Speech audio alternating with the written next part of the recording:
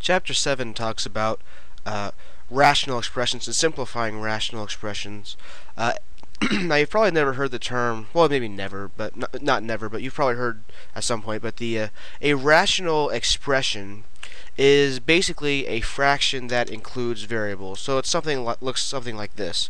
So x squared plus x minus 2 over x squared plus 2x minus 3.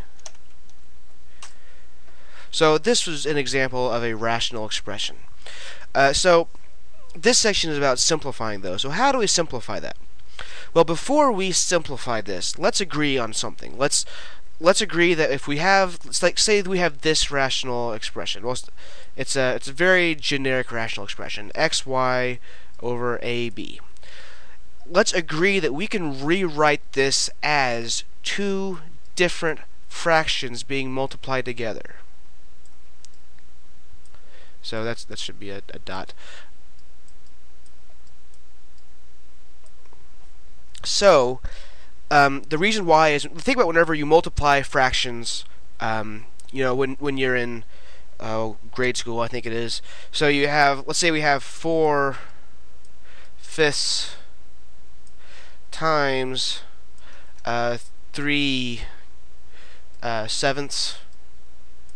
How do you multiply those two things? Well, you just multiply across. You multiply 4 times 3, that's going to be 12, and then 5 times 7, that's going to be 35.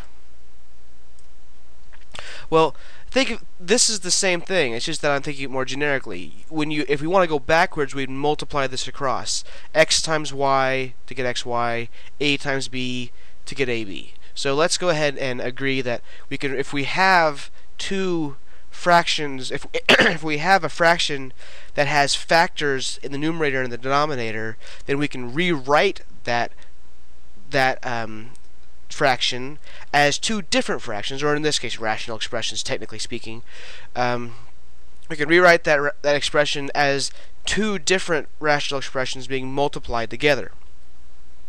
Now, based on that, let's look at this also somewhat generic rational expression, x times b over a times b. Using this principle up here, we can say that this is equal to x over a times b over b. So now we can say that we've rewritten this as two fractions being multiplied together. Well, what's b over b? What's anything over itself? X over x, or 5 over 5, or 6 over 6, or 127.4 over 127.4. Anything over itself is going to equal 1. So this is going to equal x over a times 1, which is just going to be x over a. Similarly, let's do a very similar one to this. Bx over ab. Well, we can rewrite this as xb over ab. And now we have, because b times x is the same thing as x times b, I just switched the order here. And now we have the same thing here, x over b, x times b over ab. And so we could just rewrite that again as x over a. We have a shortcut for this that we call it canceling. So if we have, I'm going to do this next part over here, x times b over ab.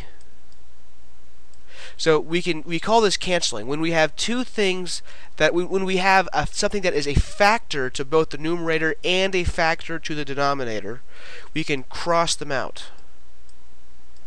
We call it canceling because it's exactly what we're doing here. We're just saying, okay, this b cancels out the b on the top cancels out the b on the bottom because we can take it out and it equals 1. So we can just say it's equal to x over a.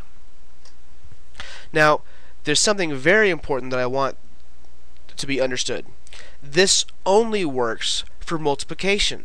It does not work for addition. No matter how long no matter how far along we get in the semester, I'll have people that do this with addition when it doesn't work. If we have x plus b over a plus b, and then you cancel this, this is absolutely wrong. You cannot do this. It'll really hurt you bad. Another thing I have people do sometimes is x plus like 4b over a plus 4b. Then maybe they'll just cancel out the 4's. And that doesn't work either. There needs to be a factor of the entire numerator and the entire denominator. It's very important that that's understood. But let's use this principle, this canceling principle, to see if we can simplify this any further.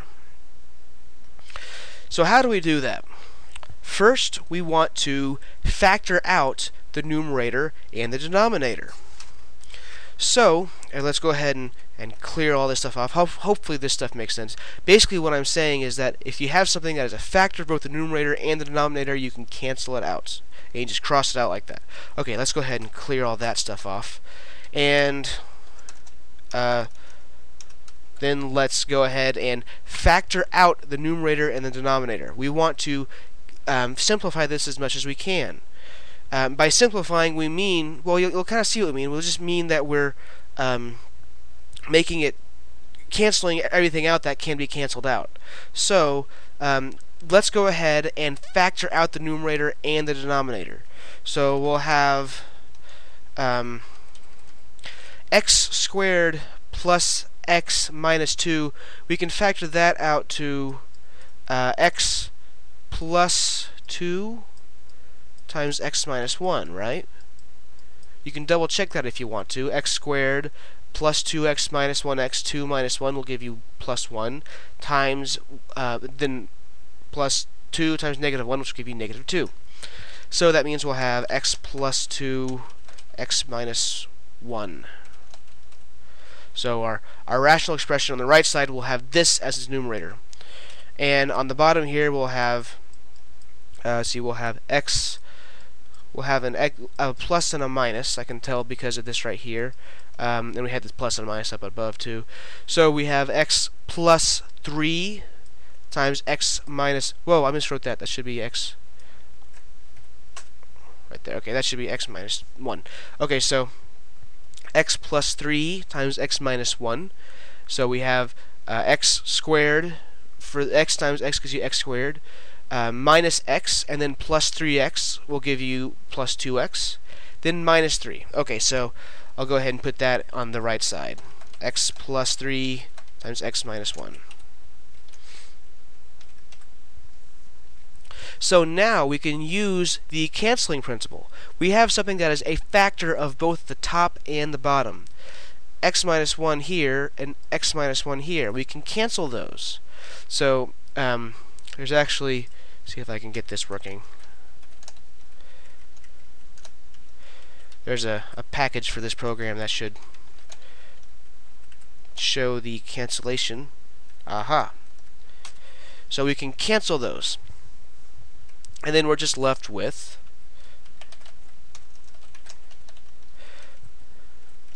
x plus 2 over x plus 3. So this is the simplified form because the first thing, so whenever we simplify a rational expression, we factor both the numerator and the denominator completely. I'm going to write that down because that's pretty important. To simplify a rational expression, factor the numerator and denominator completely,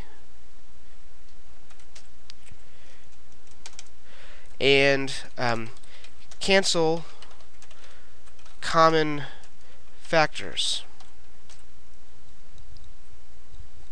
And remember, you cannot do that. You cannot cancel something with addition.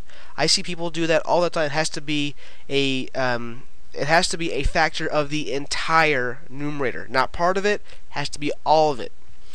Remember the principle that we said before about the way I explained why you're able to cancel. Okay, so that concludes this first part of 7.1. In the next part, we will just do some examples.